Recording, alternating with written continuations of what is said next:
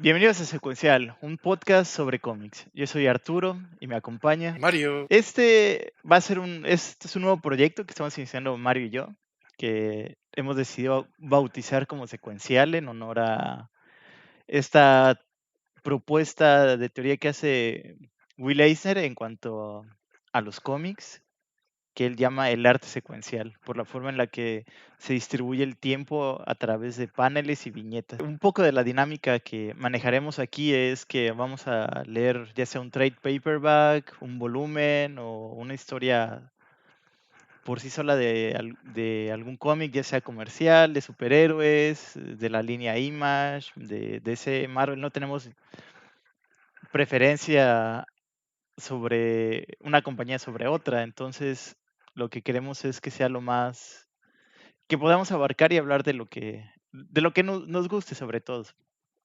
claro, claro. Sí, entonces queremos es como un poco para que conozcan nuestros puntos de vista y qué nos pareció muy interesante de estas historias, ¿no? Y también creo que es una bonita manera de discutirlas, ¿no? Y sobre todo para que el público, ustedes, nos acompañen luego con sus opiniones en los comentarios o nos hagan saber, Sí, y nos, si... y nos comparten Sí, pues lo que les gusta leer también. sí, entonces creo que esa será un poco la dinámica que queremos manejar aquí en el podcast, ¿no? Oye, pero antes de empezar, antes de ir esas primeras historias que queremos comentar, platícame un poco, Mario, sobre tus gustos en los cómics. ¿Qué te gusta leer del medio? Pues ahorita creo que con la edad, bueno, voy a decir un poco de una breve historia de lo que me gustaba antes y lo que me gusta ahora conforme he pasado los años, de convertirme de un niño a un joven adulto y de un joven adulto a un adulto.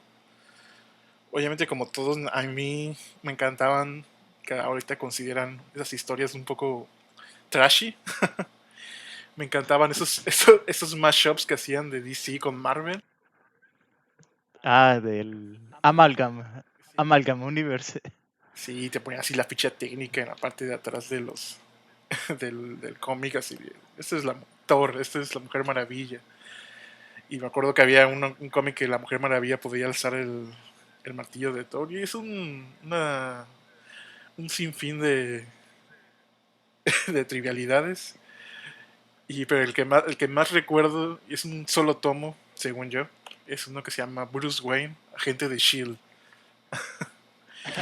Así creo que Ese, así creo que empecé a leer cómics, porque yo compraba, no compraba de que me gusta, no, compraba lo que veía, porque no a esa edad y más en esa época no había como una guía, no había internet. Bueno, sí había internet, pero no había aquí en México un acceso tan amplio como hay ahorita, que es casi sí, un gran porcentaje tiene internet ahorita. sí, sobre todo creo que aquí en Veracruz era muy difícil este, encontrar gente que se apasionara así con el cómic, ¿no? Y sobre todo a esa edad, o que te guiara y que te dijera, mira, pues lee esto otro, ve por aquí, si no era lo que uno veía en el puesto de periódicos, así de, pues tiene uno de Superman, lo agarro y luego dentro de 3 meses agarro el otro, aunque ya no, ya no sea el número siguiente, ¿no? Exacto, y a esa edad no te importaba mucho, ¿no? Te importaba mucho cómo se veía la portada, qué tan bien estaba dibujado. También disfrutaba la historia, pero no era una persona crítica, por así decirlo, de que esta historia de Bruce Wayne, agente de Shield, la peste, la verdad. Ahorita que he crecido digo, no mames, era una reverenda tontería esa historia. Aunque es muy curioso, un poco sabrían que existe esa historia. Sí, es como del baúl de los recuerdos, una pequeña, ¿cómo se dice? Es como una anomalía interesante de lo que sucedió en esa crisis editorial, supongo, ¿no? Porque ya para que DC y Marvel se junten para hacer algo, pues Sí, ya claro. hoy en día sería casi imposible. Pues, Y después, ¿cómo evolucionó tu gusto después de eso? pues gracias al mundo Vid, que en paz descanse, ellos trajeron muchos, tanto cómics americanos como mangas. Entonces cuando empecé, Sí, sí, empecé. una gran explosión de manga, ¿no? En ese entonces. Sí, y en Veracruz tuvimos la suerte que había una sucursal de Mundo Vid. en el centro, me acuerdo. Entonces, pero, y era, me acuerdo que esa época que no eran tan caros, entonces era un poquito más accesible coleccionar. Ahí coleccioné algunos mangas como Great Teacher Onizuka, inclusive llegué a tener esos de, ¿cómo se llaman? Los de X, de, Ah, de Clamp. de Clam, exacto. Sí, y traían, de vez en cuando traían buenos títulos, por ejemplo, estuvieron sacando Gantz Gans, también, los exacto. primeros volúmenes. Tuve como 3 volúmenes de Gans, pero te digo que nunca fui constante. Una porque era un gran gasto y otra porque pues, no llegabas al mes y se agotaban. Ah, eso sí. Y luego, bueno, aquí el papel de los mangas aquí en Veracruz por la humedad tiende a hacerse feo. Si no es de muy buena calidad, enseguida absorbe la humedad y se amarillentan, ¿no? Que hay un pro tip que aprendí en internet, que si tu manga se llena de humedad, lo agarras, les pones unas ligas, con mucho cuidado que no sean tan duras, y con un ¿cómo se dice? Una lija de agua, pero muy ligerita, de las más bajas, de puntaje bajo que tenga. Le lijas ese hongo, luego sale un hongo a la hoja y le vas lijando y le quitas el amarillo. Ah, no, Está, no es, conocía sí, ese. es un pro tip. No conocía ese tip, pero suena peligroso también. Con mucho cuidado y así le quité algunos de verse que tengo de esta editorial de Panini. Y bueno, de ahí mis gustos pues fueron evolucionando un poquito. Empecé a leer un poco de Image, ya más actual obviamente, como Saga o como Sex Criminals. Inclusive leí unos que son como más para jóvenes adultos, que es uno que se llama Alex Sanada, que realmente no me gustó mucho, y otro que se llama ¿cómo se llama? The Divine. Ah, The Wicked and the The Divine, ¿no? Divine, pero se me hizo muy, ya siento que soy muy señor y no me gustó tanto. Yo leí unos números de The Wicked and the Divine, no me atrapó enseguida, pero ahorita como que estoy interesado en retomarlo, a ver si puedo cambiar mi opinión sobre aquellos primeros Sí, yo creo números. que sería, valdría la pena volver a tomarlo. Yo empecé como muy fiel a empezar a leer religiosamente los de Image porque empezaron a llamar muchísimo que eran como una propuesta alternativa a todo este Ujú. resurgimiento que pasó en México de cómics, que empezaron a salir de repente un montón y Sí, sí, sí. saturar el mercado y dije, bueno, estos ofrecen unas historias un poco más alternativas en cuestión de que no son superhéroes, luego son personas normales o personas con poderes muy bizarros como Sex Criminals, por ejemplo. Sí, historias alternativas, ¿no? Bueno, historias distintas a las que presenta normalmente Marvel y DC. Este, bueno, pues en mi caso, mis gustos de cómics, bueno, igual empiezo desde que tengo memoria prácticamente. Recuerdo que de chiquito me compraban mucho cómics de Archie, de Spider-Man que veía en el súper. Me acuerdo que que todavía se compraba, en el súper vendían estos single issues, pero que eran dos, o sea, lo volteabas y venía otra historia atrás. Sí, sí, sí recuerdo. Sí, pero creo que esos no eran de Editorial Vid, bueno, ni recuerdo de la editorial, a lo mejor era Navarro o algo así. Pero bueno, ahí me empecé a interesar mucho los superhéroes y decía, ah, mira, este es tal, este es otro, y realmente no juntaba tantos cómics, sino los que, los que veía los compraba. Y nunca como que tuve una percepción así general o muy amplia del medio ni de las historias, ¿no? Conocía los personajes y conocía al menos sí sus características principales. Y me acuerdo mucho en la primaria que cuando yo en cuarto en primaria, tenía un vecino que ya él tenía como 16 años. No tengo ni idea cómo me soportaba, pero iba a su casa y él tenía una colección enorme, pero enorme de cómics, en serio. Entonces yo iba y me ponía a leer y leía y leía y leía y estaba toda la tarde ahí en su cuarto leyendo cómics. Pobre. Hasta que, hasta que un día pues ya tuve que dejar de ir porque sí, como que no era lo más cómodo. No era, no era lo más propio ni cómodo para él, supongo. Sí, pero me acuerdo que ahí aprendí mucho sobre cómics. Y él tenía unos muy interesantes como Batman contra Aliens, Batman contra Depredador y cosas así. Ya igual, igual creo que igual ya en la preparatoria cambié ya empecé a tomar un poquito de noción por los arcos argumentales investigar un poco qué se estaba publicando en aquella época y sobre todo, bueno, me enfocaba mucho en cómics de Marvel y DC.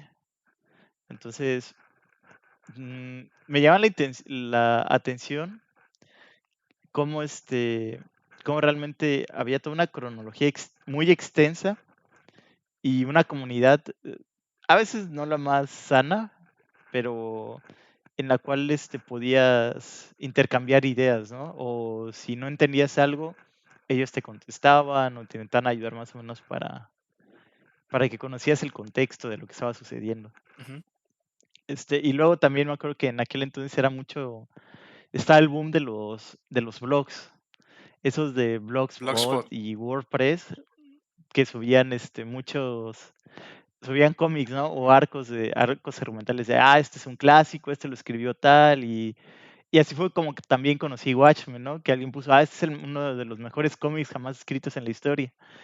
Y ya yo lo descargué, lo leí y dije, muy interesante. Entonces, desde que conocí Watchmen, empecé a interesarme igual por otro tipo de historias del medio, que ofrecían un poquito más no un poquito, sino bastante más substancia y con un subtexto más interesante que a veces las historias un poquito pueriles que pueden ofrecer los cómics de superhéroes, ¿no?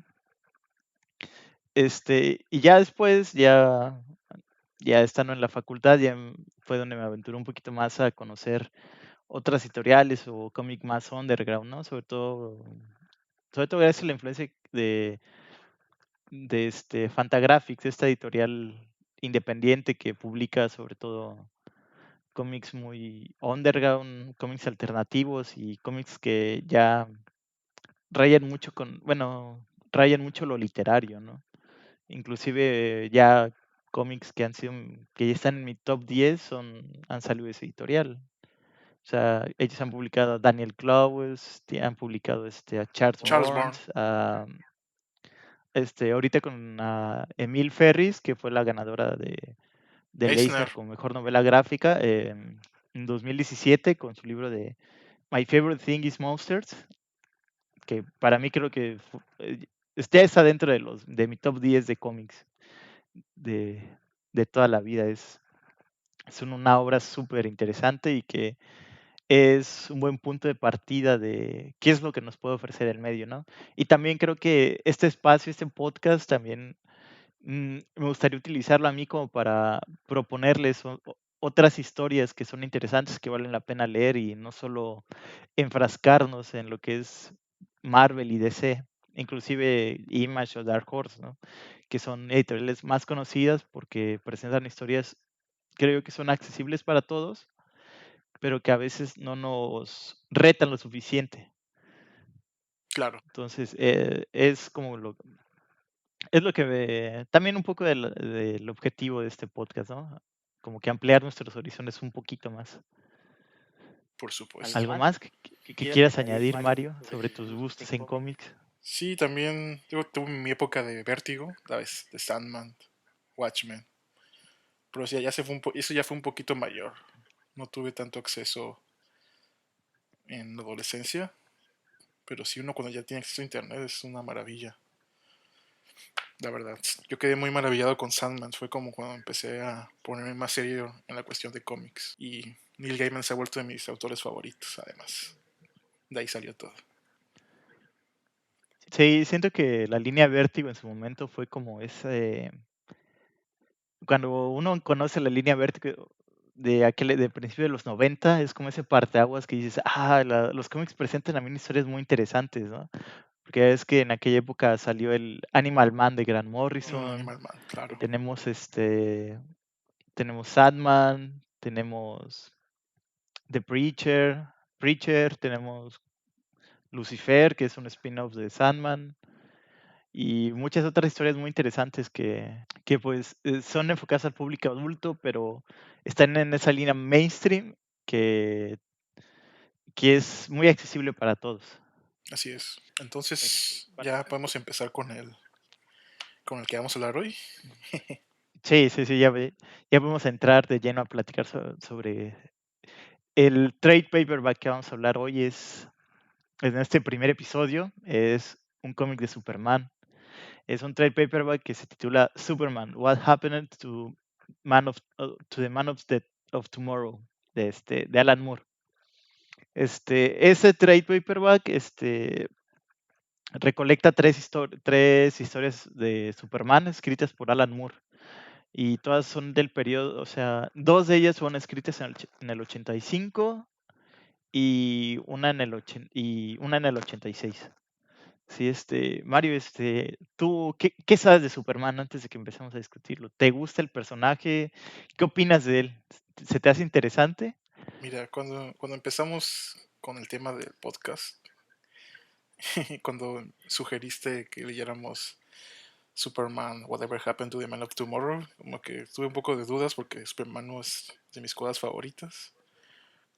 Porque, digo, es un prejuicio que tengo sobre el hombre de acero por tenerlo todo, ¿no? Tiene carisma, tiene super fuerza, puede volar, es un dios casi.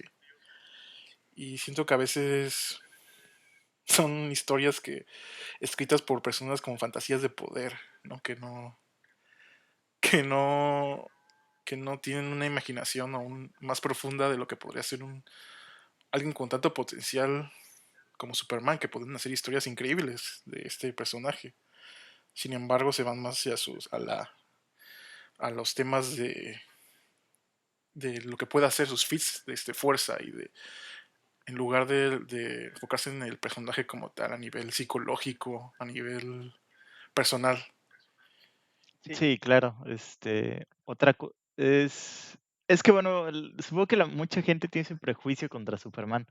No, como que yo creo, bueno, en mi opinión, se lo debe mucho a cómo es como The Dark Knight Returns de Frank Miller, en el que ponen a Superman como ese protector del status quo, este Boy Scout que Sí, sí, y este super teto, ¿no? De hago solo el bien y no tengo ningún conflicto ni nada de eso. sí, sí, Entonces, como dices, ¿no? Como tú dices, cae mucho en esta dinámica de la fantasía de poder también. Y sí, por supuesto, como en todos los cómics, sobre todo de superhéroes, creo que todos son una fantasía de poder muy obvia. Por ejemplo, Batman, pero Batman está en esa fantasía de poder un poquito de las derechas, de un hombre millonario atacando a criminales, criminales con un ingreso económico muy bajo. Entonces, esa brecha salarial de ambos como que es un poquito injusta, ¿no? Pero bueno, ya en otra ocasión hablaremos de Batman. Me gusta mucho Batman, pero no por eso o sea, me gusta mucho Batman y no por eso no voy a criticarlo.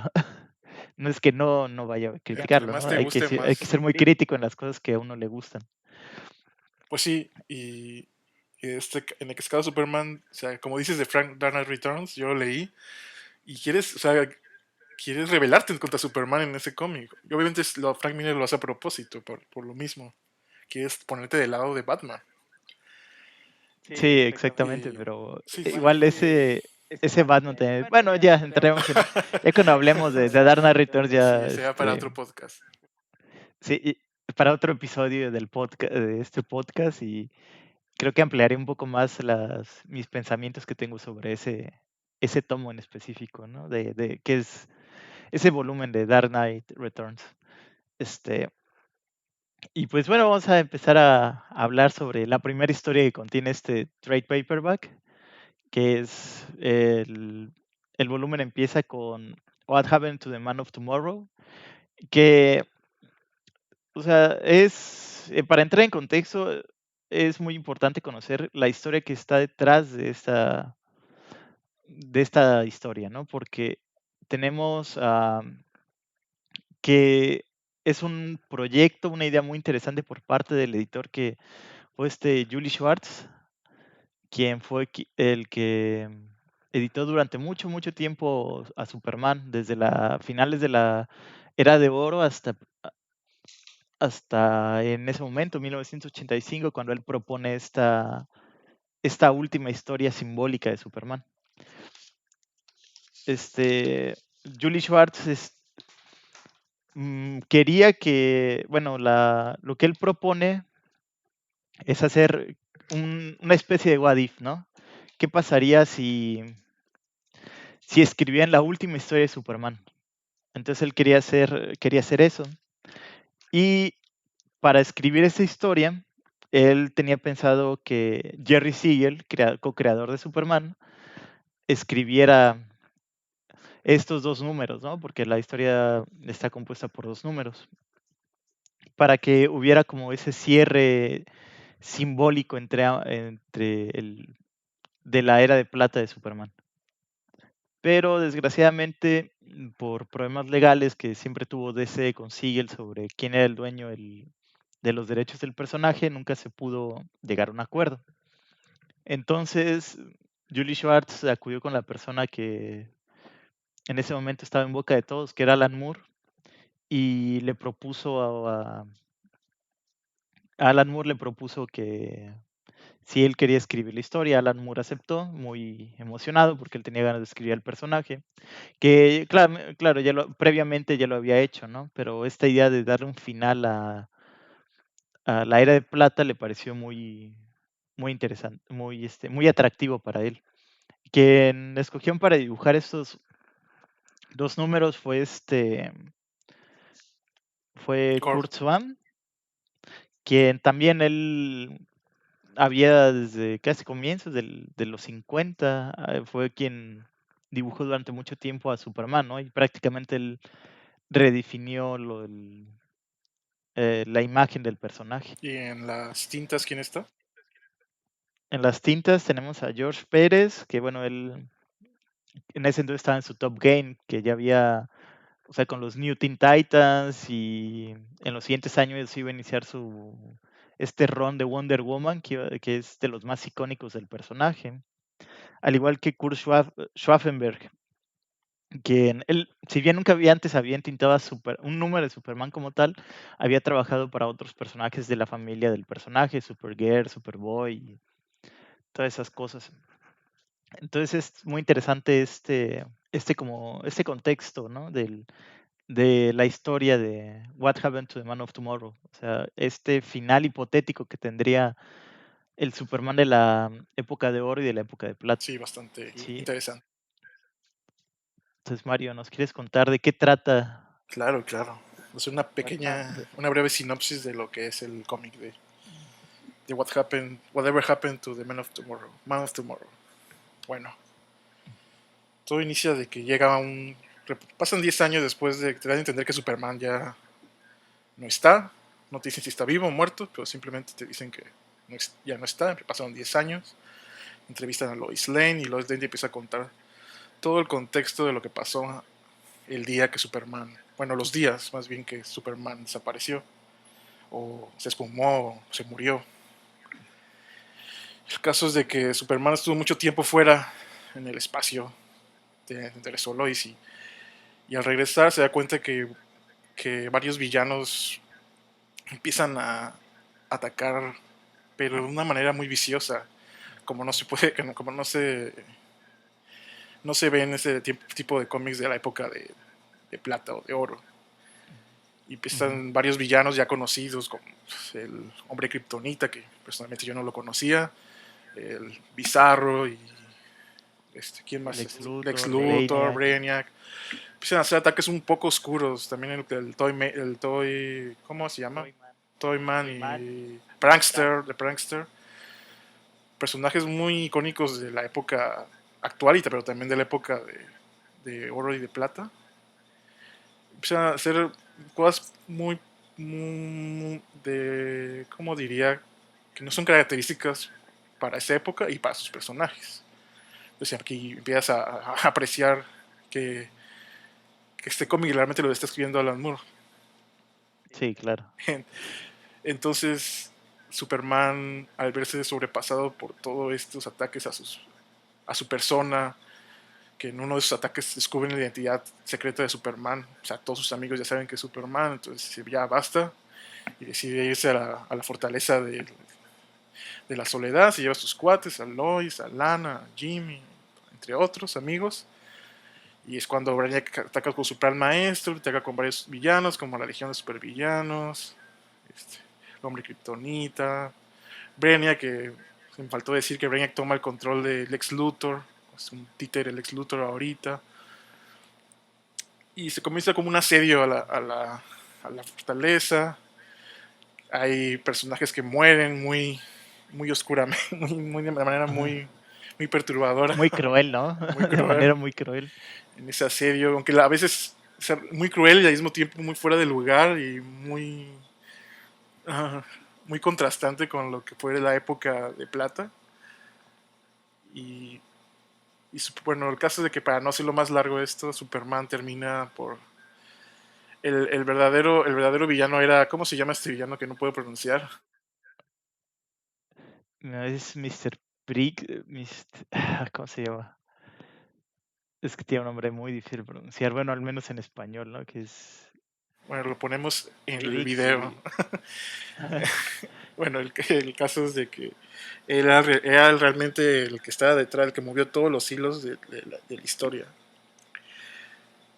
Y pues, es un ser es como un demonio interdimensional, muy poderoso. Y al final Superman logra descifrar cómo acabar con él, pero él sabía que no podía dejar vivir a un ser tan poderoso y decide aniquilarlo, lo mata. Y eso hace que Superman diga, no más, no más, no quiero, yo no debería, nadie debería tener control de quién vive o quién muere, menos Superman. Ujú. Entonces decide Y darse un baño con en kriptonita. kriptonita dorada y se va al Ártico. Y Y ya presuntamente nadie ha más sabe de él. muerto y nadie sabe de él. Bueno, Mario, ¿y qué fue lo que te gustó de, Pues de esta historia? después de que pues, le hemos platicado en estos días tú y yo y lo que leí, en estos días noté mucho el, lo que quiso, quizás yo estoy malinterpretando, quizás no sea, pero lo que quería hacer Alan Moore era como dar la transición de lo antiguo, que es la época dorada de Superman, la época de plata, que eran un poco los villanos eran ingenuos, a una época más violenta, que eran los ochentas, ¿no? Y, Sí. y eso lo hace muy, lo enseña muy bien en el cómic, o sea, con pequeños hints en la trama, en los globos de texto, te das cuenta de Ujú. que quiere dar ese subtexto de que viene un cambio y algunos no van a sobrevivir ese cambio, van a haber cortes. Digo que es como un meta comentario de que, bueno, hay personajes que ya no van a regresar De la misma de industria, la ¿no? O misma sea, industria. tienes... Sí, claro, es este casi manifiesto de Alan Moore de los cómics ya están llegando a un punto de no regreso, de que ya no va a regresar estas historias de la era de plata, esta ingenuidad de los cómics, sino que quiere demostrarle a la gente que hay consecuencias en estos actos, ¿no? Tan viles que llegan a ser los villanos. Eh, Y una pues, de sí, las... Ajá. dime. No, bueno, es que igual me da risa como que el primer villano que se encuentra, que es Bizarro, ¿no? Que le Bizarro. dice, no, que yo maté a mucha, o sea, que maté a mucha gente porque quiero ser el duplicado perfecto, imperfecto. Y como quiero llevar esto al extremo, o sea, Bizarro lo lleva eso al extremo, ¿no? Y se suicida con Kryptonita azul. Porque le dice a Superman, es que tú estás vivo y como quiero ser el duplicado perfecto, imperfecto, me debo de morir. Sí, es bizarro para bizarro. Sí, demasiado extraño para el personaje, ¿no? Inclusive para el personaje es lo que menciona. Lois menciona eso, ¿no? De que era muy fuera de lugar inclusive para bizarro. Otra de las cosas que me llama mucho la atención es que hace muy buen manejo de los personajes de aquella época de Superman, ¿no? O sea, tienes a Lana Lang siendo más proactiva en las historias, ¿no? Que de hecho, bueno, ya más reciente en The New 52 es cuando la vemos como volver a participar en estas tramas. Y aquí es muy proactiva el personaje, que inclusive me da risa cuando está en la fortaleza de Soledad y cuando están atacando, le dice a A Jimmy Jimmy. Olsen que van a ayudar a Superman y ambos obtienen poderes a través Jimmy a través de una fórmula del chico elástico y Lana Lang por un pozo de agua mágica. Sí, se vuelven muy proactivos ahí. Y pues, sí, me... También me llama la atención, pues, que ya había mencionado un poco, pero el contraste, ¿no? Igual con el diseño de Corsoan, que es muy clásico, con Ujú. ciertos eventos, ciertos paneles, ¿no? Como la muerte de Crypto, que muere, Ah, sí. muere atacando a Kryptonite Man. Ajá, que le arranca la yugular. Le arranca la yugular, La yugular y dice, no, quítate perro, te vas a morir envenenado y... muere Crypto, pero es que es tan... O sea, Kryptonite Man es tan ridículo, pero, pero ese evento fue bastante oscuro y es un contraste con el guión de Alan Moore, con el contexto y con todo, con lo visual. Sí, otro elemento que me parece muy interesante del cómic es que Alan Moore intenta imitar El ¿cómo diálogo, se dice? Ajá, este diálogo y la forma de muchas expresiones a estos cómics de los 50, 40, 50, ¿no? Intenta adaptar su guión intenta hacer ¿cómo se dice? Una imitación de aquellos diálogos. Inclusive encuentro muy interesante cómo en las primeras páginas, cuando entrevistan a Lois Lane, la casa tiene ese aspecto retrofuturista, ¿no? Que es 1997, pero ellos realmente se siguen diciendo como gente de los 50. Y hay un panel que llama mucho la atención, que es como esta cuna donde está el bebé de Lois, que parece más una un incubadora incubador, que una cuna. exacto. Sí, es muy interesante como que intentas ponernos Alan Moore sí, porque realmente ya para aquella época ya no se escribían así los cómics, pero Alan Moore intenta crear esa atmósfera como que esta historia bien puede estar pasando en los 50, 60. Exacto. Sí, otra parte que me dio mucha risa, bueno, no me, otra parte que yo lo sí también, a veces llega a ser un poco malintencionado Alan Moore con los personajes, ¿no? Por ejemplo, Pete Ross, que es el mejor amigo de Superman de Smallville y que también hoy en día ya casi no se habla del personaje, ¿no? Pero antes era un personaje que aparecía más en las historias de Superman. Lo encuentran, o sea, meten su cadáver en una caja y le dicen a Superman los Toyman y The Prankster le dicen que le faltó abrir el otro paquete a Superman, que lo abra. Y ya cuando lo abre, pues brinca así como un muñeco de esos de sorpresa, el cadáver de Pete Ross.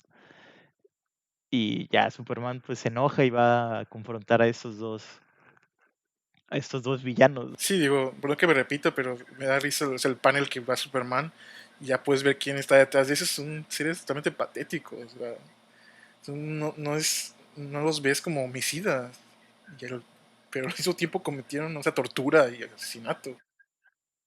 Ajá, sí, muy Alan Moore, ¿no? Muy al- Sí, muy Alan, muy oscuro y diciendo como que tienes estos dos personajes que realmente son muy ingenuos, ¿no? A su manera de actuar y que creo que en las historias previas no hubiesen sido capaces de realizar un acto tan, tan vil y cruel. Exacto, fuera de lugar. Sí, un poquito fuera de lugar. Lugar que claro, tiene una explicación, Sí, ¿no? no, Tiene no una es, no explicación porque es, no está al azar. Alan Moore no es, decidió hacer eso. sí, no es gratuito porque inclusive hay un panel en el que Lois Lane le explica al entrevistador que estaban como confundidos y mareados, o sea, que no estaban en sus cinco sentidos, ¿no? Y ya pues descubrimos que realmente eso es obra de ese personaje que nunca puedo pronunciar su nombre. Que tiene las letras como sin vocales. Sí, Mixilpixli, Miss Pixley, ay, no, es imposible pronunciar.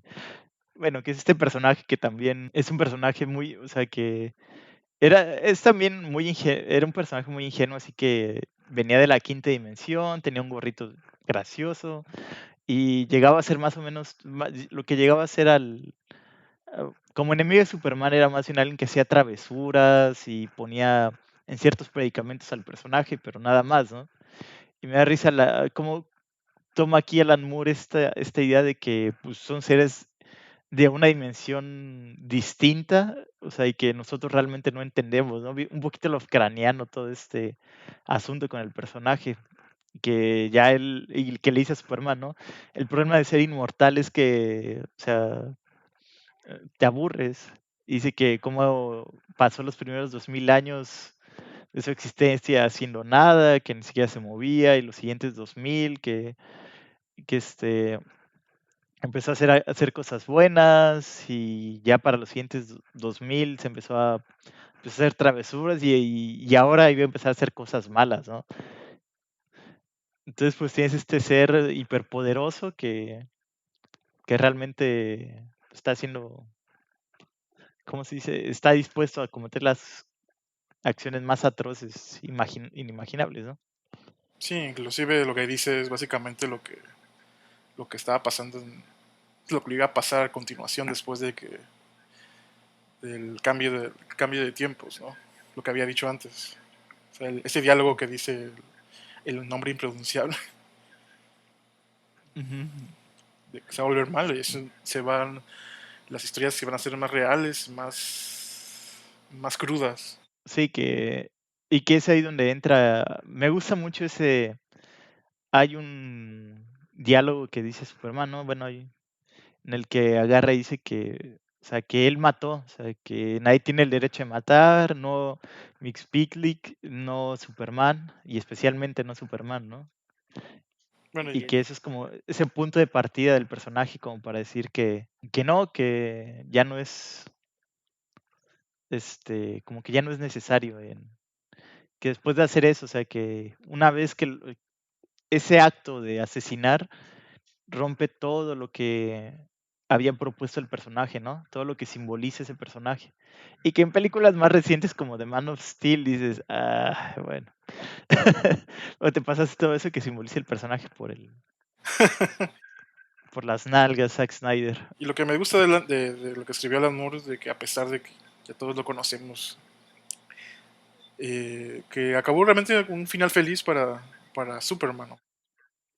Ah, sí, es que cabe mencionar de que pues, Lois Lane, en el cómic, nos presentan que se ha casado otra vez, ya no es Lois Lane, es Lois Elliot. Entonces Alan Moore, no sé si burlándose de nosotros o qué, el marido de Lois Lane, ahora Lois Elliot es Jonathan, ¿es qué? Jonathan Elliot, ¿no? No, es Jordan Elliot. Jordan Elliot, el guiño guiño.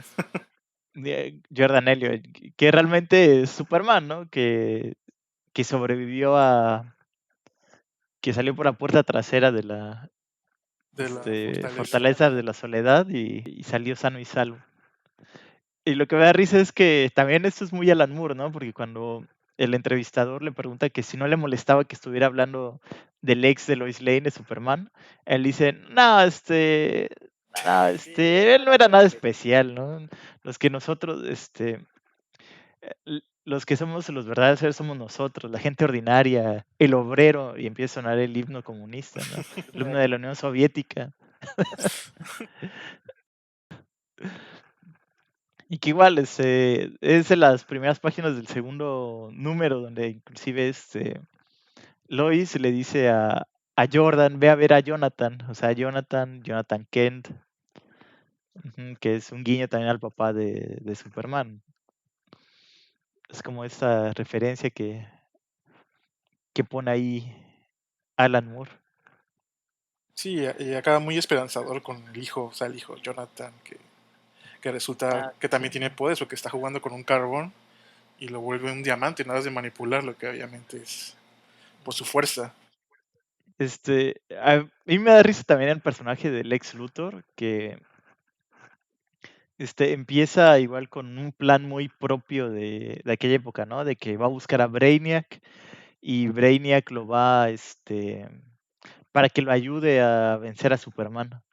Pero cuando encuentra los restos de Brainiac, Brainiac posee O sea, una parte de esa, bueno, de la cabeza de Brainiac se separa, se le,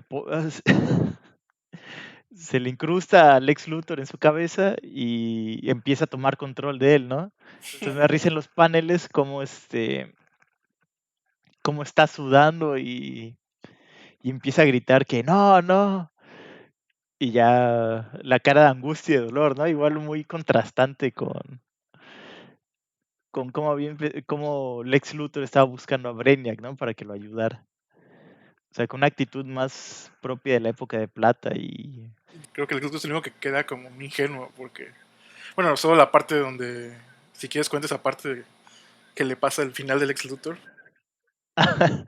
Bueno, es que más adelante, ya en el encuentro final, Lex Luthor recobra conciencia y le pide a Lana Lang que lo asesine. En ese momento Lana había adquirido super fuerza y podía volar, tenía super oído, prácticamente era como Superman.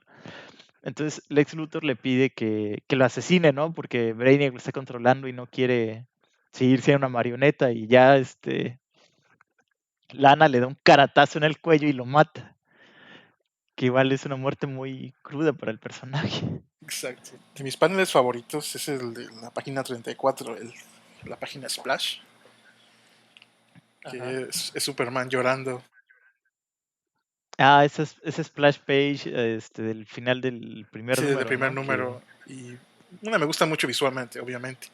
También me gusta mucho de que es lo que me gusta de personajes como Superman, que tienen todo, pero o sea, ¿qué puede hacer llorar a Superman? La impotencia a una muerte repentina, la impotencia de poder proteger a sus amigos. Y es un ser que puede ser todopoderoso, pero al mismo tiempo puede mostrarse vulnerable. Eso Sí, es lo chido para ujú. mí de Superman, de que cuando lo escriben de esa manera, digo, no siempre tiene que ser así, pero es refrescante poder ver a Superman en ese estado. Sí, es muy interesante que es una constante, esto es una constante en las tres historias presentadas en este trade paperback, en el que Superman se muestra vulnerable ante la situación, o sea, es débil y necesita la ayuda de alguien más para solventar, para superar estos dilemas, ¿no? O sea, por ejemplo, también o sea, le anuncian ahí a Superman, ¿no? Que llega la Legión de Superhéroes del siglo 30, que es, bueno, se conoce como la Legión, ¿no? Llegan y le dan el presente de la estatua y le dicen que ya nunca más, o sea, que no, que después de este día ya no vuelven a saber nada de Superman y que por eso le traen este regalo. Sí, Sí, y es así como que sabe Superman que va a pasar algo, que él ya sentía, ¿no? Que iba a pasar algo malo. Igual también está muy cruda la muerte de Lana Lang es de las peores, yo creo. Es muy, y, muy.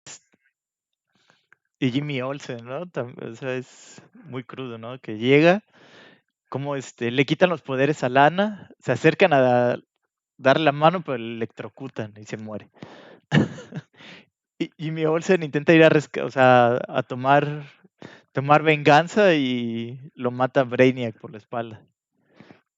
Sí, muy crudas las muertes. También esa parte cuando Superman se da cuenta de que se muere Lana y se muere Jimmy, que tira a matar con sus rayos láser y se dan cuenta los de la Legión de Supervillanos. Güey, ya no me gustó esto, ya creo que Superman está hablando en serio. Cuando lo rozó con. Nada le dio un rozón para darse cuenta. Sí, así de vámonos, ¿no? Esto ya se puso muy peligroso. Y es que se sorprende y al mismo tiempo, güey, tú mataste a uno de los mejores amigos de Superman. Pues sí. Otra parte que bueno, me dio mucha risa fue que pues, levantan un campo de fuerza para evitar que entren los Ah, amigos de Superman a ayudarlo en esta situación tan peligrosa, ¿no? Entonces vemos una serie de superhéroes intentando romper ese campo de fuerza. Tenemos a Shazam golpeando, es que está volando y está golpeando el campo, a Wonder Woman y, y a otros más. Pero quien más llama la atención es que está Batman y Robin con unos palos, con sus batipalos para ver si así pueden entrar, ¿no? Entonces, un poquito gracioso ese panel, ver cómo, cómo, cómo están golpeando con unos palos que algo que ni siquiera en aquel entonces era todavía Capitán Marvel podía destruir. ¿Qué te parece si ya vamos pasando a Swamp Thing? Nada más quería comentar la distribución y la composición de las viñetas es muy clara, no no propone nada nuevo, es mucho de aquella época, creo, ¿no? Y es muy fácil de leer y se disfruta y se entiende muy bien. Sí, no innova, pero es disfrutable. Sí, cumple su cometido. Sí, pues pasemos a la siguiente historia, que es la de The Jungle Line, ¿no? The Jungle Line de Something. Bueno, lo que trata esa historia es básicamente un meteorito. eh, Clark Kent y Lana Lang van al observatorio, que fueron invitados porque hay un anuncio sobre un meteorito que fue encontrado que fue descubierto en el cual tenía musgo, ¿no? Entonces es vida alienígena que pueden estudiar. Superman lo analiza con su visión microscópica y descubre que es proveniente de Krypton. Y también él, ¿cómo se dice? Se empieza a sentir mal, no sabe qué le pasa, se empieza a sentir muy cansado, pierde sus poderes, van y regresan, investiga y descubre que es un hongo que es el que produce una especie de fiebre que terminará matando a cualquier vida del planeta, ¿no? Del planeta Krypton sobre todo. Entonces Superman intenta buscar una cura, no la encuentra y decide que tiene que buscar un lugar en el que vaya a morir. En el viaje, su carro se sale de la carretera y se encuentra con Swamp Thing. Alucinando, empieza a atacarlo y al final lo tranquiliza Swamp Thing y salva el día, ¿no? Y Superman se recupera y se va volando. Es como en grandes rasgos de lo que trata esta pequeña historia, porque realmente creo que Es cortita, son muy muy pocas corta. páginas, son como 10 o 15, ¿no? Sí, no, la verdad a mí se me pasó como agua la- esta historia de Something. Sí, ¿y qué te pareció, Mario? ¿Qué te gustó de... Pues como te dije antes, podría ser un gran cortometraje de un Superman ya muriendo, manejando hacia el sur. Puede ser una película tipo road trip Ah, estaría y, muy bien, y así así como como... recordando o sea, viendo sus inseguridades, de que no es nada haciendo, que no es nadie, como hablan en el cómic, ¿no? De que ese dilema que tiene de que siendo Clark Kent no es un don nadie, ¿no? Es como en las películas en las antiguas de Christopher Walken, De Christopher Reeve, Christopher Reeve, perdón, sí, en las de que Christopher. es Ajá. un ñoñazo ese Clark Kent. Y el Clark Kent de la época de plata también lo es un ñoñazo. Entonces ese dilema de que realmente no es Clark Kent, es Superman siendo Clark Kent. Lo que me parece interesante de esta historia es me parece que es el primer acercamiento que tiene Alan Moore al personaje, ¿no? Y cómo lo vuelve muy vulnerable. Sí, como Y decir, que te digo, ¿no? Que los primeros paneles ves a Superman con la super cruda. están geniales estos Parece paneles, la verdad. pero sí, es muy interesante cómo en esta pequeña historia ponen a Superman de una manera muy vulnerable, ¿no? O sea, lo presentan de una forma muy vulnerable en la que él está muriendo, no sabe qué hacer, tiene miedo. Por una parte, en las alucinaciones me gusta mucho esta parte donde está alucinando su traje, que su traje de Superman cobra vida y pues su saco, corbata y camisa también. O sea, y tenemos esta dualidad de Clark Kent y Superman, que su parte de Superman le dice que siga peleando hasta el final, que es una leyenda, y la parte de Clark Kent le dice que si sus poderes no es nadie, que debería ya hacer las paces consigo mismo y aceptar la muerte. Y sí, también hay una viñeta ahí en la que vemos a Superman enojado, ¿no? Y que dice que, ustedes no son reales, cállense. Sí, es tan poco común ver a Superman perdiendo sus estribos. Ajá, sí, es lo que pone, bueno, vuelvo a decir, ¿no? Que se ve muy vulnerable el personaje aquí, que inclusive en esa vulnerabilidad se vuelve hasta agresivo cuando llega al pantano y está alucinando esta selva, la selva escarlata, ¿no? De Krypton y ve a los esqueletos de animales extintos que le dicen que él también va a morir y Superman se niega y empieza a luchar con todas sus fuerzas para que realmente está luchando contra nada, ¿no? Sí, pero son reflejos de sus propias inseguridades, ¿no? De que quizás de entender que se siente culpable de ser el único sobreviviente de Krypton. Bueno, que no fue el único sobreviviente, pero ser de los pocos que sobrevivieron y que sus papás se sacrificaron para que él siguiera viviendo y se vea con la Sí, esperanza. exactamente, y que todo el planeta igual está muerto y lo está reclamando, ¿no? Y también lo que me gusta es que, por ejemplo, el personaje Swamp Thing actúa como esta especie Shaman. de chamán místico que va a curar no a través de violencia a Superman, ¿no? Porque realmente no lo confronta violentamente, el que ejerce la violencia aquí es Superman, que es algo como que no es muy propio del personaje. No se detiene a decir, vamos a hablar o vamos a eso, sino está actuando de una manera muy agresiva y violenta. Sí, sí, inclusive cómo lo dibujan. O sea, a mí me impresiona cómo tiene esta barba así como de 2 días y estas expresiones tan... En la página 81 que está Something sumergiéndolo en este lago verde. Y esa Ujú. cara que pone al Que, principio, sí, eso no es Superman. O sea, está... que es un concepto que manejan en toda la saga de Swamp Thing de Alan Moore, ¿no?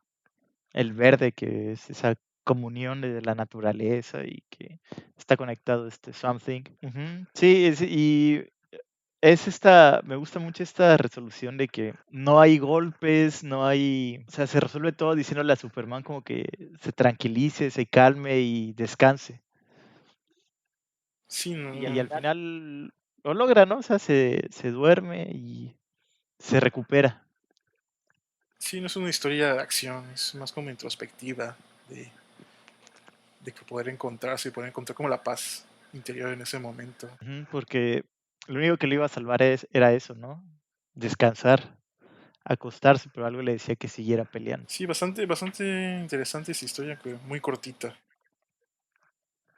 Sí, sí, también me gustó. No es mi favorita de las tres, No, obviamente pero no. tal vez sea la menos, está muy bien lograda, pero es la menos interesante de las tres. Sí, porque es como, Y bueno, es, ajá, es de, es de algún número de Swamp Thing, ¿no? O es un número de Superman. Es lo que no entendí. no, es de Swamp Thing, me parece. Y bueno, y pasamos a la historia final, que es un anual de Superman, muy famosa, es una historia muy famosa del personaje, que es la de For the Man Who, ¿cómo es? El nombre que lo tenía todo, ¿no? Ajá, For the Man Who Has Everything, igual, escrita por Alan Moore y esta es dibujada Dave por Gibbons. ese Dave Gibbons, ¿no? Y se nota enseguida cómo hacen muy buena mancuerna ambos, ¿no? Que venían trabajando desde antes en diversos proyectos. Sí, Dave Gibbons siempre tiene, bueno, no sé si Dave Gibbons se encargue del color de la historia, pero me gustó mucho la gama cromática de esta historia en particular. No, es Tom Siuko el colorista, ajá, el que se encarga del color. Bueno, pero también aquí se ve bien el remasterizado porque es un remasterizado que hacen, pero sí se pierde mucho ese coloreo clásico que ya ves que antes las imprentas tenían muchas limitaciones con los colores. Sí, eso, por ejemplo, me pasó con Sandman, que ahorita ya hay como hay una versión como remasterizada que es muy criticada porque según tienes que leerlo como se vino al mundo, por así decirlo. Sí, también pasa con Batman Year One. de Frank Miller, que el coloreado ya en las versiones más recientes, él lo ha sido modificado, ha sido digitalizado para que se adapte como a que los estándares, pero sí se pierde cierta intención que muchos coloristas de la época sabían que tenían esas limitaciones y jugaban con ellas y presentaban ideas muy novedosas, ¿no? Inclusive se puede ver que aquí el recoloreado que quieren hacer intenta imitar eso, pero no lo logra, o sea, no lo logra completamente y desde mi punto de vista se pierden muchas cosas que sin duda sería interesante leerlo como realmente fue pensado, ¿no? Y sobre todo para no demeritar el trabajo de los coloristas, que muchas veces pasa por alto y no se les da el crédito suficiente. Es una chamba del que los lápices, el que hace las tipografías, el que hace Ujú. el entintado y colorista. Por ejemplo, bueno, esta historia para el hombre que lo tiene todo es una historia muy popular, ¿no? En la que Wonder Woman y Batman y Robin van a festejar el cumpleaños de Superman, que es el 29 de febrero, por si no sabían. Año bisiesto. Entonces lo van a visitar y lo descubren que está catatónico con un rosal en el pecho y que al parecer pues sigue vivo, pero está perdido en sus pensamientos, ¿no? Y descubrimos que en realidad fue el supervillano Mongul el que le dio ese regalo, que es tiene nombre la rosa, ¿no? La llaman The Black Mercy y que hace que este, que permite que el, el host alucine así como sus más grandes deseos, ¿no? Exacto. Y crea esa simbiosis de que se alimenta de él hasta que lo mate prácticamente o hasta que cuánto tiempo resista. Entonces le da sus deseos, o sea, lo que él siempre había deseado. Y entonces ahí es donde se interpola, se yuxtaponen esas dos historias de lo que está sucediendo en la realidad y lo que está sucediendo en los sueños de Superman.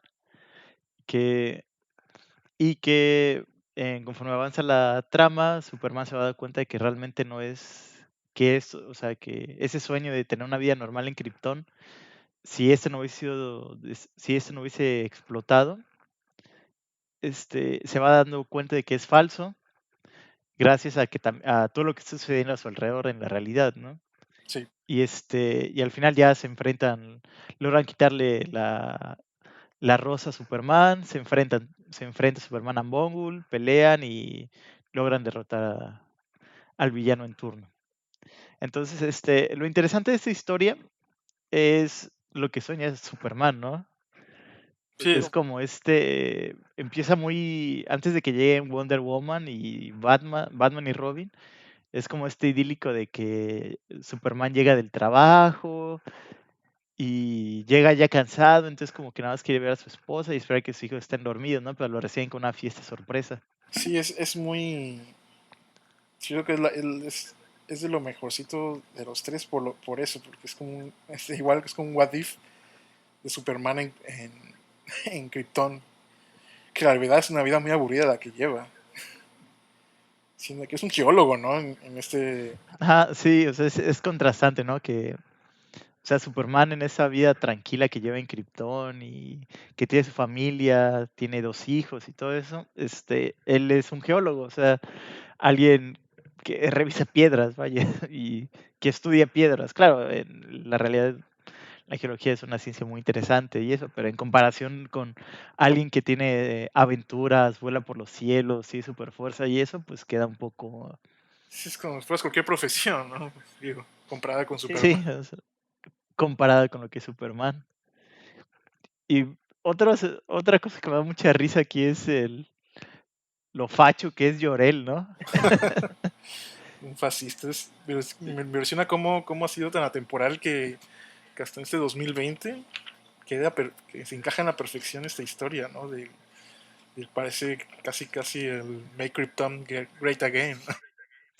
Ajá, que dice que quiere hacer su movimiento de el viejo Krypton. O sea, para que... Y Llorel se junta con esta secta religiosa que tiene... facha del Ku Klux Klan y de nazis y la Inquisición española, ¿no? Todo en una sola. Y también a Judge Dredd, los policías. Ah, los policías, pero que me da risa, ¿no? O sea, es que ahí Alan Moore es muy poco sutil, Sutil. porque realmente cuando llegan, o sea, cuando Superman que se dirige al cráter donde estaba Kandor, se encuentra con un meeting donde está esta secta llamada la espada de Rao, ¿no? Algo.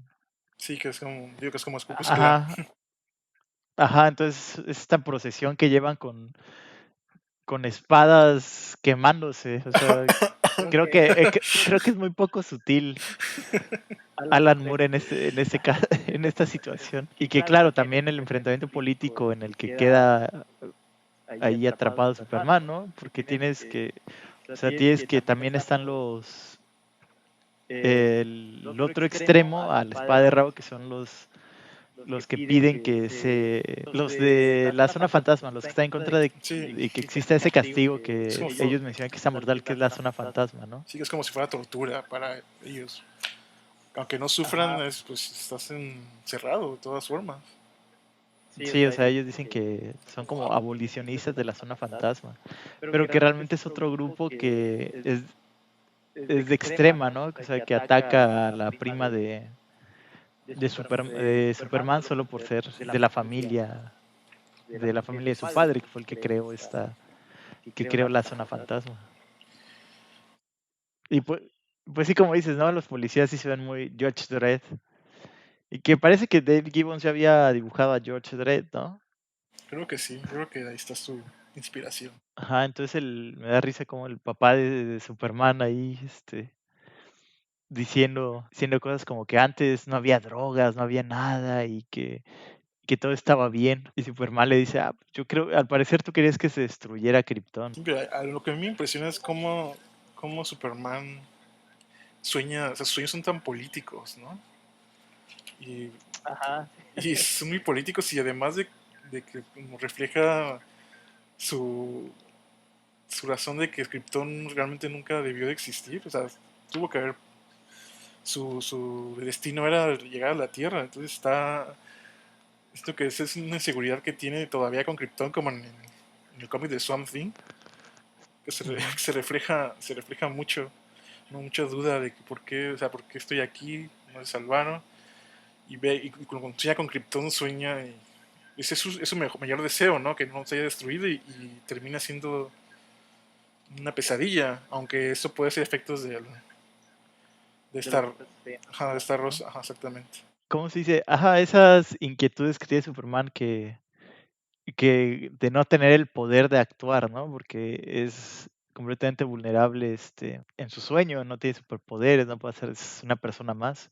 Lo que me llama la atención es como Alan Moore, o sea, a veces las cosas que están sucediendo en la realidad, con Batman hablándole para que se despierte, ¿no? Aquí dice, despiértate y pasas a la siguiente página y igual están diciendo, despierta Krypton.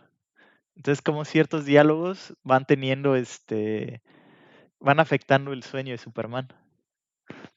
Eso se me hace muy interesante.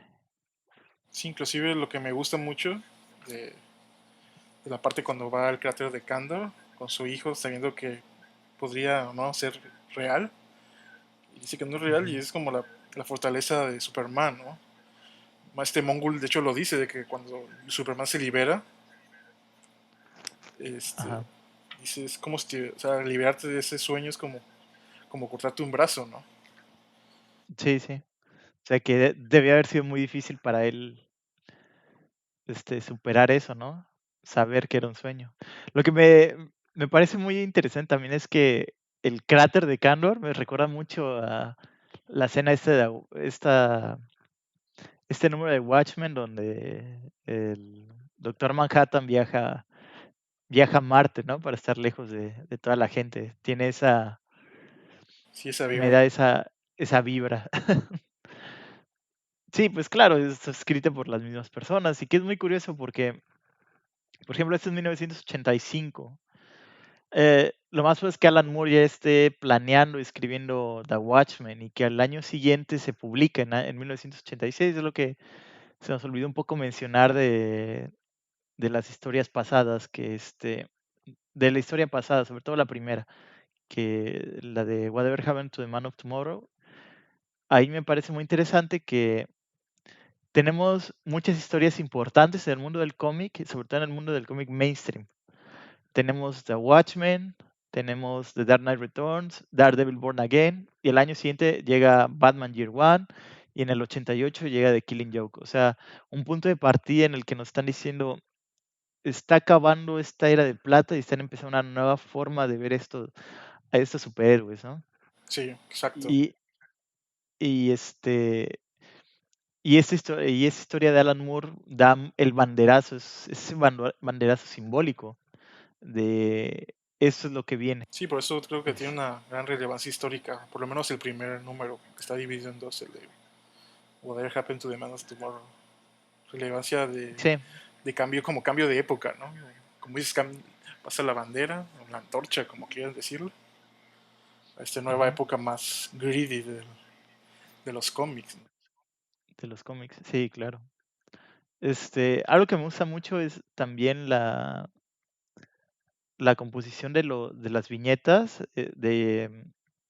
Me llama mucho la atención como cuando Batman está quitándole esta rosa a Superman. Por un lado tenemos tres paneles en el que vemos a Batman lidiando con eso. Y junto hay otros tres paneles en donde Superman se da cuenta de que a lo mejor está soñando todo eso, ¿no?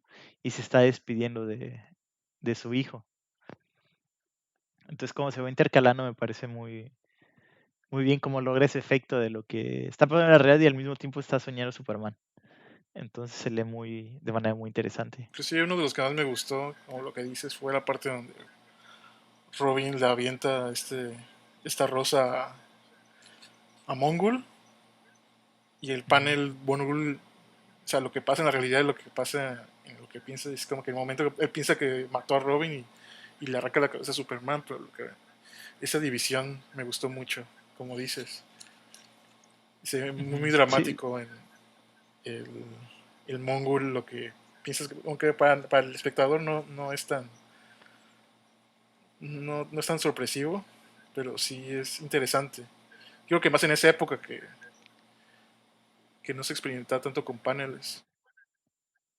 sí, ya había experimentación y ya se trabaja mucho, pero no antes, o sea, no tanto como ahora, de que sea tanta rienda suelta, sobre todo en el cómic mainstream. Sí, inclusive hay unos que ya no tienen bordes.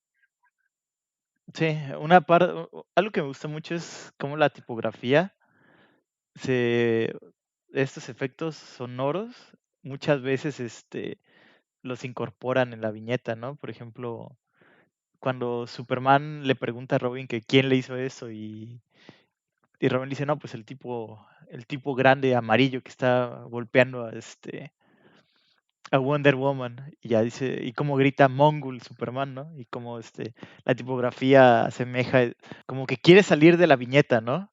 Como que está atrapada en esa viñeta Sí, es y que quiere explotar. Ese es un efecto que me gusta mucho y que en otras ocasiones también lo vuelve a hacer Dave Gibbons, ¿no? Inclusive cuando Superman con su visión de rayos láser lastima a Mongul, ¿no? Y que sale el tss, y como la tipografía tiene ese efecto como de que está quemando algo, ¿no? De que son llamas. Y me gusta ese panel, ¿no? Cuando le dice Superman a Mongul, Born, y se ve los ojos rojos, así, esa cara de agresiva del personaje. sí es bastante intenso ese momento. Sí, Batman y Wonder Woman están como, siento que son personajes muy, secundarios realmente en la trama, ¿no? Y pues sí ayudan a Superman, pero realmente creo que no aportan gran cosa. Me da risa que Batman igual, ¿qué soñaste Batman? No, pues que se terminaba casado con Katy Kane y que sus papás nunca morían. Sus papis no se morían, ay, pobrecito, es cierto. Y luego tenemos a así como un poco chusco, ¿no? Que Wonder Woman le regala una ciudad de Kandor así súper, una réplica exacta, ¿no? Y ya Superman le dice, ah, gracias, pero sabe que ya tenía una Superman y le esconde. Entonces, lo que siempre deseó, lo que siempre deseé. Y luego hay un panel muy raro donde se besan en la boca y Superman le dice, ah, ¿por qué no hacemos esto más seguido? Y da risa que Wonder Woman le dice, no, sería un poco predecible. Igual un metacomentario, ¿no? Pues, ¿por qué no están juntos Wonder Woman y Superman? Pues sí, sería muy predecible y aburrido eso. Pero sí, Sí, y al final, la, pues me gustó mucho en general, ya para cerrar este primer episodio, ¿qué te pareció el trade paperback, Mario? pues ¿Qué ya, opinas de estas, en general, de estas tres historias, ya para cerrar? Comentarios finales. pues mira, como lo comenté al inicio, ¿no? De que no me agradaba Superman, pero dije, ok, porque ya había leído Kingdom Come. Y digo, sé que existen historias de Superman muy buenas, como la que me ya más recomendado por mil y una ocasión, la de Superman All Star, ¿no? Ujú. Y que he visto reseñas y que es un Superman increíble. Bueno, el caso es de que Sí, le di la oportunidad a este y no decepcionó a Alan Moore. Bueno, casi muy pocas veces me ha decepcionado. Es una historia, bueno, va a ser una pequeña recapitulación de lo que ya hemos dicho, pero me gusta mucho ver al Superman vulnerable, pero no vulnerable en el aspecto de Kryptonita, en el aspecto clásico, sino vulnerable emocionalmente. Es un ujú. Te comentaba la otra vez que el panel que lo veía llorar era como ver cuando eres niño, ves la primera vez a tu papá llorar. Te quedas impresionado porque tus papás no lloran, tus papás son fuertes, tus papás pueden todo.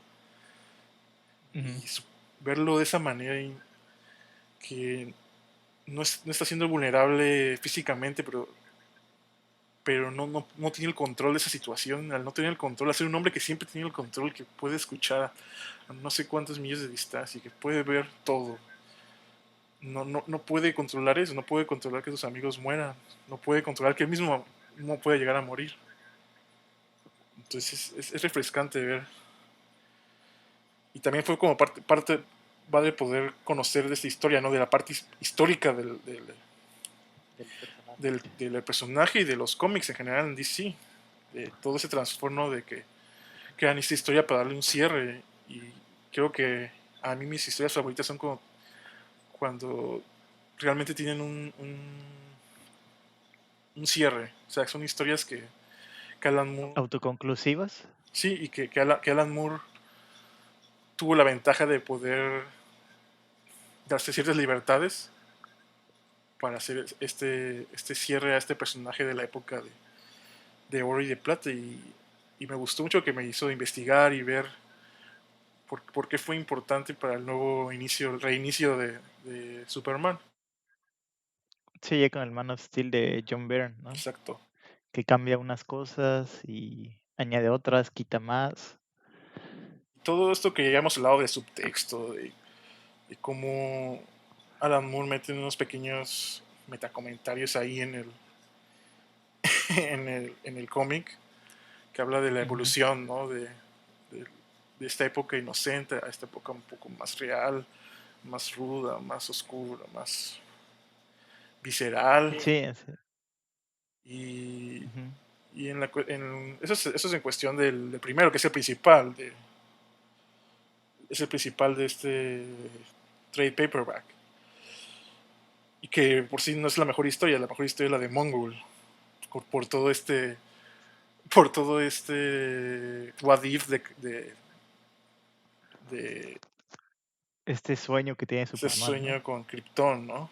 Y cómo su papá es un fascista y cómo Superman muestra sus más íntimas debilidades. Inclusive el de Swamp Thing me gusta mucho, digo, porque es como un pequeño slice of life de Superman Ujú. y puedes conocerlo un poquito más como como si fuera humano, o sea, más el humano que a este ser, a este Dios, ¿no? Ujú. Sí. Sí, claro. ¿Algo más? No, si quieres, Bueno, pues en este volumen que recopila esas tres historias, se me hace muy interesante cómo nos presenta esta vulnerabilidad del personaje Alan Moore, ¿no? ¿Cómo, cómo haces que este personaje súper poderoso se enfrente a situaciones complicadas, ¿no? ¿En qué situaciones complicadas lo pone Alan Moore? Es vulnerable él en la primera historia que hablamos a través de la gente que él más quiere, ¿no? exacto, Sus amigos y y la persona que ama. Y cómo empiezan a lastimarlos a ellos para llegar a Superman y Superman al no poder hacer nada, él decide llevárselos para cuidarlos y desde ahí poder pensar en algo para salvar a todos, ¿no? Y enfrentar es- eh, este mal.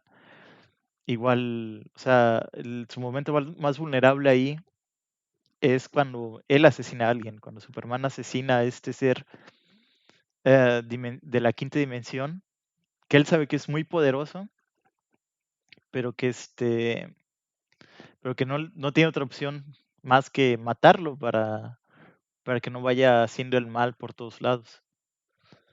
Y es ahí donde pues Superman no debe hacer eso, ¿no? Siempre debe aspirar a más y se ve a un Superman derrotado que no le queda otra salida más que morir, ¿no? sí, En la segunda historia igual también como dices, es el personaje tiene que aceptar su muerte, es este personaje tan poderoso y que siempre tiene que estar luchando y luchando y luchando, o al menos era como lo percibía Alan Moore en aquella época, ¿no? Un personaje que tal vez su mérito se había reducido a alguien que solucionaba todo por medio de golpes. Alguien superpoderoso que llegaba, golpeaba y se iba. Y cómo ahora se enfrenta a algo, a este envenenamiento microscópico, a través del hongo, ¿no? Que empieza a tener fiebre, empieza a tener dolores, pierde sus poderes. Cómo la salida ahí no es a través de la violencia, ¿no? Sino es a través de la aceptación y descansar. Y que eso lo permite Swamp Thing. Y esta última, pues como bien dices, igual a mí me pareció que es es la que más me gustó a mí personalmente, porque presenta este concepto de, bueno, Superman lo tiene todo, ¿no? Tiene una novia, tiene amigos, tiene superpoderes, ¿qué más puede pedir, no? Y ahí vemos que sus deseos más íntimos era llevar una vida común y corriente, pero como cuando, cuando la realidad empieza a tornarse, como si se deja de ser, deja esta calma, ¿no? Y llega Batman, llega Wonder Woman, empiezan a intentar ayudarlo y rescatarlo, como empieza todo a caerse a pedazos ahí en sus sueños, ¿no? Y aún así algo más lo llama para regresar al mundo real. Y creo que es esa vulnerabilidad del personaje, ¿no? De que siempre deseó esto y cómo este sueño placentero se empieza a volver una pesadilla conforme va avanzando la trama y él se ve, ¿cómo se dice?, completamente incapaz de solucionar algo, ¿no? Que es también como este comentario de Superman, que realmente qué peso tiene Superman a la hora de las cuestiones políticas y sociales que enfrenta el mundo real, ¿no? sí. Es, Y, es lo que y en yo en general general disfruté mucho las tres historias, me parece un buen volumen, muy interesante para empezar porque nos da un panorama general sobre los superhéroes y sobre cómo Alan Moore, un escritor tan importante y personalidad en el medio, empieza a enfocar estos superhéroes mainstream y que realmente tienen un mayor alcance a la población hacia nuevas ideas y lo confronta con otras cosas que tal vez no habíamos pensado que era posibles de abordar, ¿no? Sí, siento que se aleja mucho de esa fantasía de poder que pues tenemos todos. Te había dicho que Sí, lo que no me agradaba mucho a veces de los superhéroes, que es tener el ujú. control total, pero no, una historia siento que no tiene ese jugo si no le das un poco de dificultad al personaje. Pues bueno, Mario, aquí concluimos nuestro primer episodio, un poco largo, un poco más largo de lo que Pero esperábamos buen tiempo. por las presentaciones y todo eso. Entonces, pues, gracias por escucharnos. Ya saben, dejen sus comentarios acá abajo, qué les pareció el podcast, qué no les gustó también, vamos a ver todo eso. Y pues, ¿qué más? ¿Cómo se dice? Que se suscriban, denle a la campanita porque planeamos que cada episodio sea semanal.